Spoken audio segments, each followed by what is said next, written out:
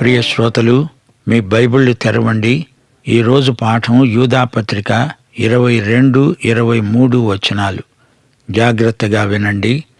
సందేహపడే వారి మీద కనికరము చూపండి. అగ్నిలో నుండి లాగినట్లు కొందరిని రక్షించండి.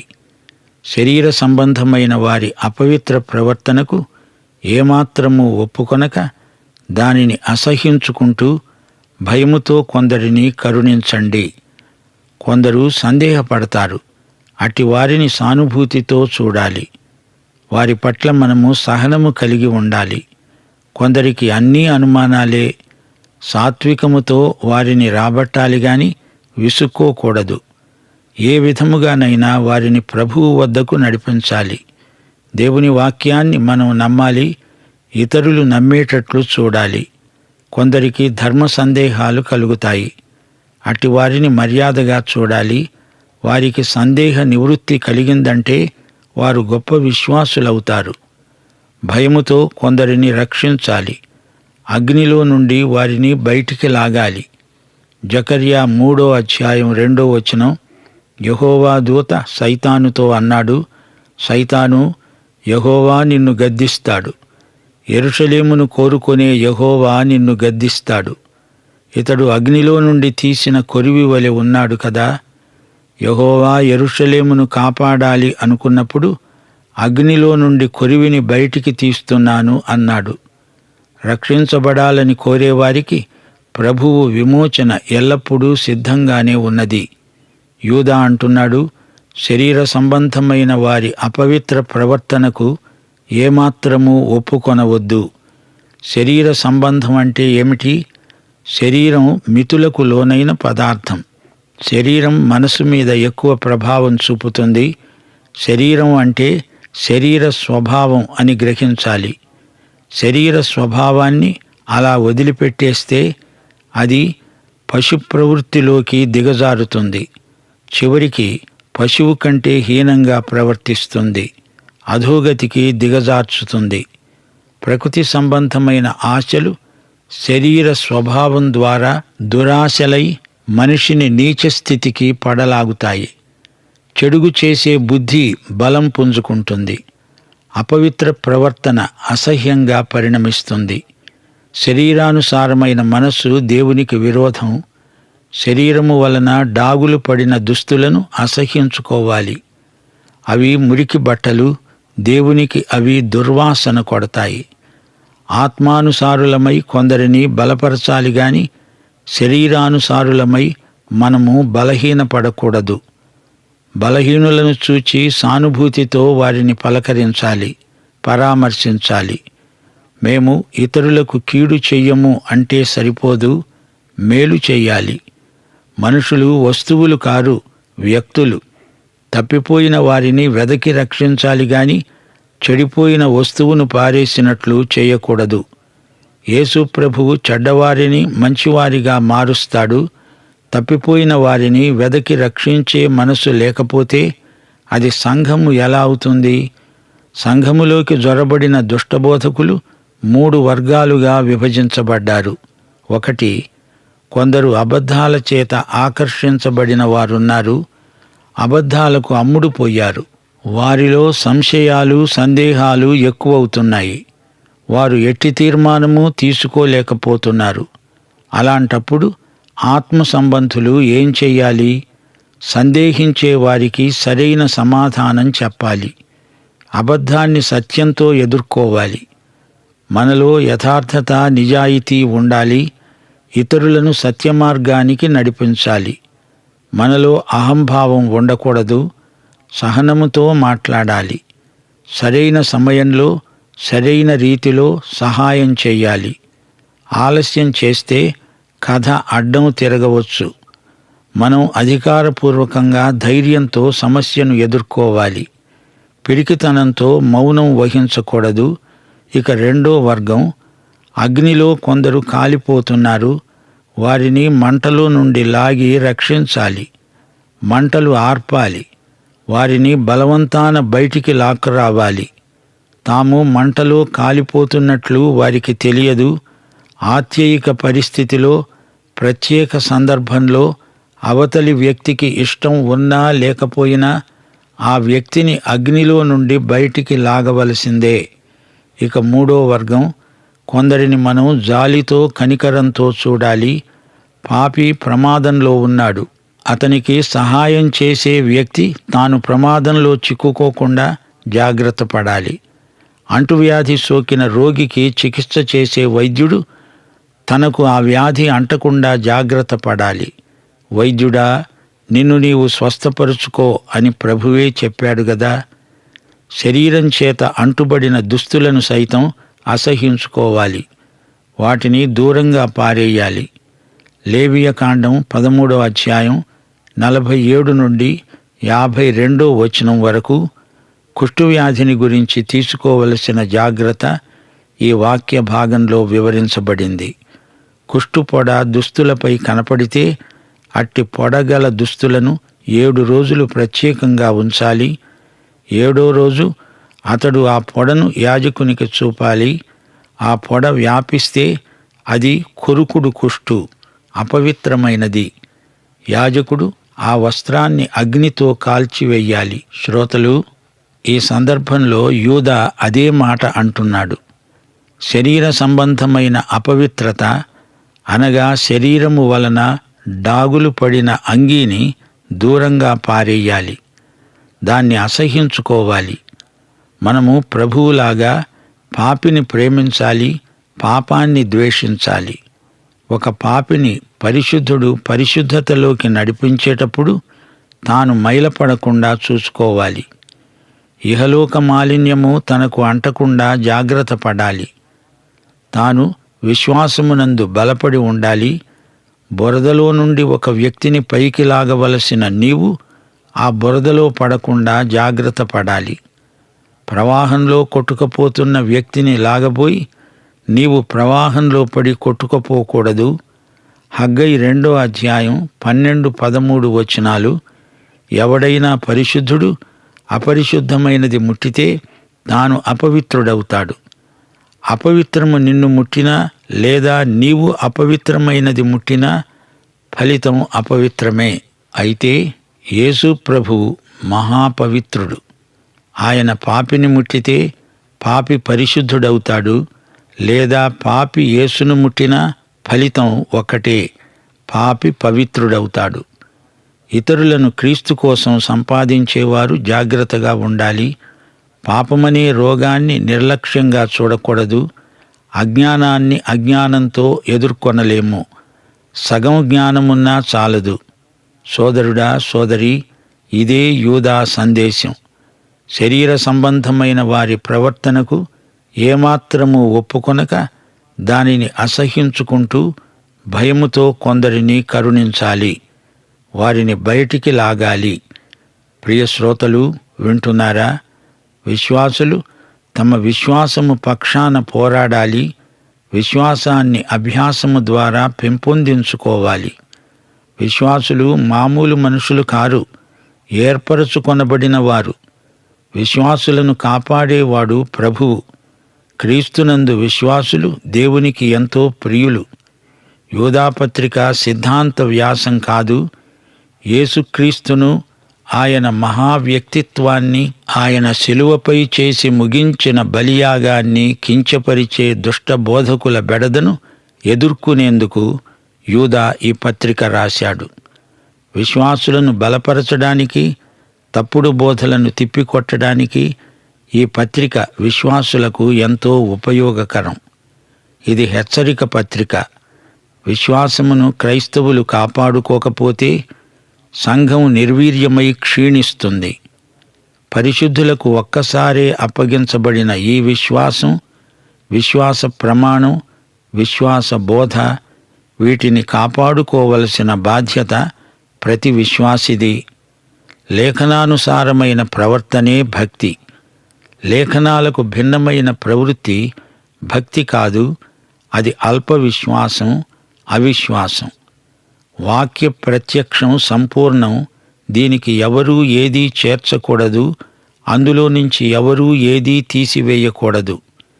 యేసుక్రీస్తు అందరికీ అన్నిటికీ ప్రభువు అనే ప్రాతిపదిక సూత్రాన్ని వ్యతిరేకించే బోధకుల వైఖరిని యూదా ఖండిస్తున్నాడు.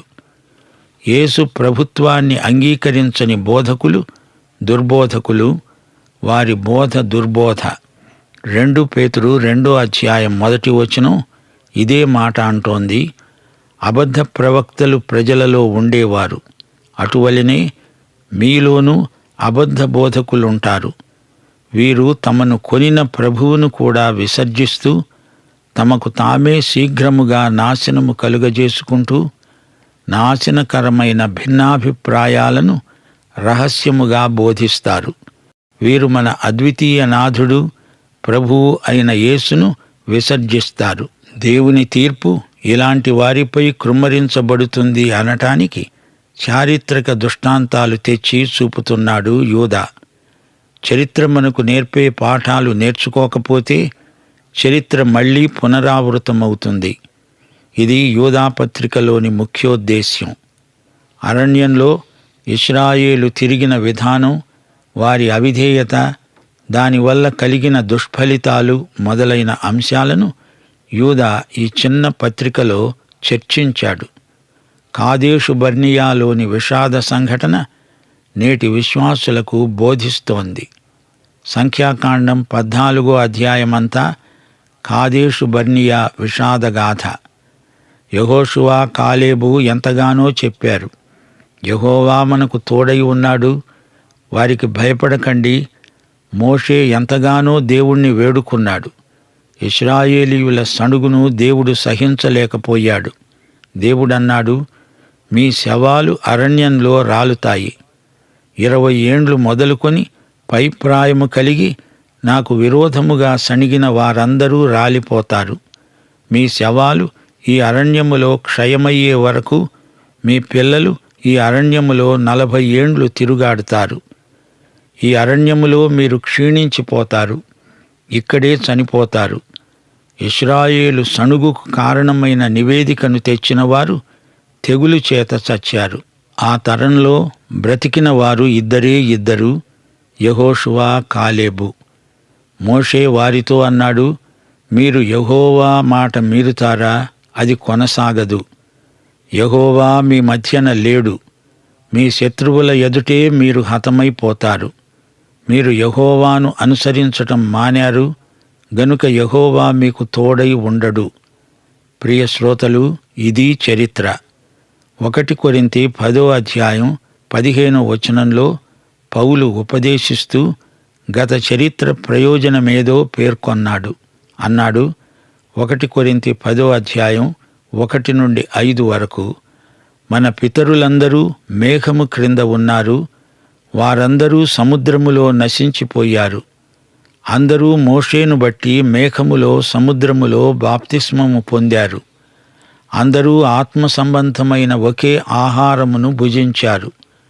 అందరూ ఆత్మ సంబంధమైన ఒకే పానీయమును పానం చేశారు. ఏలయనగా తమను వెంబడించిన ఆత్మ సంబంధమైన బండలోనిది త్రాగారు. ఆ బండ క్రీస్తే. అయితే వారిలో ఎక్కువ మంది దేవునికి ఇష్టులుగా ఉండలేదు గనుక అరణ్యములో సంహరించబడ్డారు.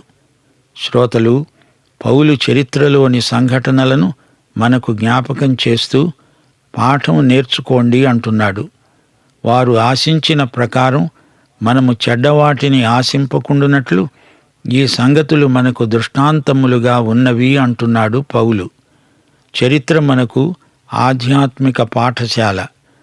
1 కొరింథీ 11:30-32 మరో చరిత్ర పాఠం పౌలు మనకు నేర్పాలని అన్నాడు.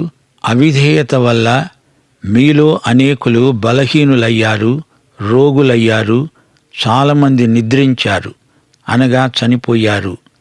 అయితే మనలను మనమే విమర్శించుకుంటే తీర్పు పొందము. మనము తీర్పు పొందిన ఎడల లోకముతో పాటు మనకు శిక్షావిధి కలుగకుండునట్లు ప్రభువు చేత శిక్షించబడుతున్నాము. పౌలు అన్న ఈ మాటల వెనుక చరిత్ర నేపథ్యం ఉంది. ఈ సంగతి మనం గ్రహించాలి. 1 యోహాను 5:16 పేర్కొనబడిన మరణకరమైన పాపము ఇదే. మరణకరమైన పాపము అంటే శరీర మరణం. అరణ్యములో రాలిపోయిన ఇశ్రాయేలీయుల శవాలను చూడండి, పాఠం నేర్చుకోండి. దేవదూతల మాట ఏమిటి? వారు ఆత్మజీవులై ఉండగా తమ స్థితిని పోగొట్టుకున్నారు. కారణమేమిటి? మానవ స్త్రీలను మోహించి వారు కన్న నెఫీలు జాతి వల్ల జలప్రళయం వచ్చింది. ఇది కూడా చరిత్ర పాఠమే. దేవుని బిడ్డలారా, చరిత్రను విస్మరించకండి. ఈ దేవదూతల తీర్పు సైతానుకు కలిగే శిక్షతో జతచేయబడింది. ప్రకటన గ్రంథం 20వ అధ్యాయం 10వ వచనం, అపవాది అగ్నిగంధకములు గల గుండములో పడవేయబడ్డాడు. అక్కడ క్రూర మృగము, అబద్ధ ప్రవక్త ఉన్నారు. వారు యుగయుగములు రాత్రింబగళ్ళు బంధించబడాలని ఉంది. అప్పుడే ఈ భ్రష్టులైన దేవదూతల తీర్పు కూడా. సొదొమ గొమొర్రాలపైకి దేవుని ఉగ్రత వచ్చింది. ఇది మరో చరిత్ర పాఠం. సొదొమ గొమొర్రాలలోని లైంగిక అత్యాచారాలు లెక్కకు మిక్కిలిగా ఉన్నాయి. వారికి నిత్యాగ్ని శిక్ష విధించబడింది. మత్తయి సువార్త 25వ అధ్యాయం 41వ వచనం, దేవుడన్నాడు, శపింపబడిన వారలారా, నన్ను విడిచి అపవాదికి వాని దూతలకు సిద్ధపరచబడిన నిత్యాగ్నిలోనికి పోండి. అనగా ఈ నిత్యాగ్ని సైతానుకు అతనికి చెందిన వారికి నియమించబడింది. అది భయానకమైన అగ్ని. భౌతిక అగ్ని కంటే భయంకరమైన అగ్ని, నరకాగ్ని. ప్రియశ్రోతలు వింటున్నారా? ఈ కపట బోధకులు చరిత్ర పాఠాలను విస్మరించిన దౌర్భాగ్యులు. దేవుని తీర్పునకు తమను తామే లోబరుచుకుంటున్నారు. వీరి కలలు దేవుని వల్ల కలిగినవి కావు. వీరి దురాశాపాతకం వారి మనస్సులను నింపినందున వచ్చిన కలలు. ఆధ్యాత్మికంగా నిద్రామత్తులైన వారికి వచ్చే పీడ కలలివి. లైంగిక భ్రష్టత్వానికి నడిపించే కలలు. దేవుని వాక్యాధికారాన్ని తిరస్కరించే వారి కలలు ప్రమాదం, ఉన్మాదం. దేవుని నాయకత్వాన్ని ధిక్కరించే వీరి మనస్తత్వం దేవుని శిక్షకు గురికాక తప్పదు. మిఖాయేలంతటి వాడు కూడా లూసిఫరు పదవి దైవదత్తమని గుర్తించి అతణ్ణి నేరుగా గద్దించక, దేవుడు నిన్ను గద్దించునుగాక అన్నాడు. అలాగే పదవిలో ఉన్న వ్యక్తిని కాదు, ఆ వ్యక్తి ఉన్న పదవిని మనం గుర్తించాలి. దేవుడిచ్చిన పదవిని మనం గౌరవించాలి. గాని ఈ కపట బోధకులు దేవుడిచ్చిన పదవి అని కూడా గుర్తించరు, వ్యక్తులను తెగ విమర్శిస్తారు. ఈ దుష్టబోధకులు ఇతరులను నాశనం చేస్తారు, తాము నాశనమైపోతారు. వీరు కయీను కోవకు చెందినవారు. తమ స్వంత చిత్తాన్ని అనుసరించి ప్రవర్తిస్తారు. దేవుని వాక్య ప్రమాణాన్ని పాటించరు. పశుప్రాయులు, మృగవాంఛలతో పాడైపోయిన మనస్తత్వం గలవారు. కయీను మత సంబంధి, అతడు ఆత్మ సంబంధి కాడు. దేవునికి బల్యర్పణ చెయ్యాలని, రక్తము చిందించనిదే పాపక్షమాపణ కలగదని ఎరుగని మతవాది కయీను. మతంలో పాపక్షమాపణ అనుభవం లేదు. బిలాము మార్గం స్వలాభపరాయణత్వం. దేవుని నీతిని, క్రీస్తు శిలువ నీతిని ఎరుగని మార్గమే బిలాము పంథ. కోరహు విధానం తిరుగుబాటు మనస్తత్వం. కోరహు మత రాజకీయవాది. దేవుని అధికారం, దేవుడిచ్చిన అధికారం ఇతనికి లెక్కే లేదు. దేవుడు మోషేను ఏర్పరిస్తే, కాదు నేనే తగిన అభ్యర్థిని అని ప్రజలను ఒప్పించి వారిని రెచ్చగొట్టే కపట నాయకత్వం కోరహు విధానం. ప్రాతిపదికంగా ఈ వర్గాల నాయకులు దేవుని వాక్యాధికారాన్ని కాదనేవారే. ఈ నాయకులకు ఆధ్యాత్మికంగా ఏ విలువైన అనుభవము ఉండదు. స్వార్థపరులై శరీరానుసారమైన మనస్సుతో ప్రేమ విందులలో జొరబడే వీరిని ఒక కంట కనిపెట్టి చూడాలని యూదా హెచ్చరిక. వీరి బోధ నిర్జీవం. వీరిలో ఆత్మ ఫలాలు లేవు. ప్రభువు రెండో రాకడలో ఇలాంటి కపట బోధకులందరికీ కఠినమైన శిక్ష విధించబడుతుంది. హనోకు ప్రవచించిన రీతిగా యేసు ప్రభు పరిశుద్ధులందరితో తన పరిశుద్ధ పరివారముతో వస్తాడు. భక్తిహీనులకు అది తీర్పు దినం. భక్తిహీనులు మనుషులను పొగడుతారు, భక్తిహీనులు సణుగుతారు, విద్వేషాన్ని వెళ్ళగక్కుతారు. భక్తిహీనుల బ్రతుకులలో నియమం ఉండదు, నీతి ఉండదు. భక్తిహీనులు దగాకోరులు, బడాయికోరులు. దేవుని పిల్లలారా, అపొస్తలుల బోధయందు నిలకడగా ఎడతెగకుండా ఉండండి. రోమాపత్రిక 8వ అధ్యాయం 8-9 వచనాలతో ఈ పాఠం ముగిస్తున్నాము. శరీర స్వభావము గలవారు దేవుణ్ణి సంతోషపెట్టనేరరు.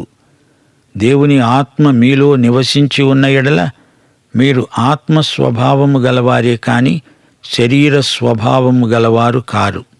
ఎవడైనను క్రీస్తు ఆత్మ లేనివాడైతే వాడాయన వాడు కాడు. పాఠం ఇంతటితో సమాప్తం. మన ప్రభు అయిన యేసుక్రీస్తు వారి దివ్యకృప, తండ్రి అయిన దేవుని పరమ ప్రేమ, పరిశుద్ధాత్మ యొక్క అన్యోన్య సహవాసము, సమాధానము మనకందరికీ సదాకాలము తోడై ఉండునుగాక. ఆమేన్.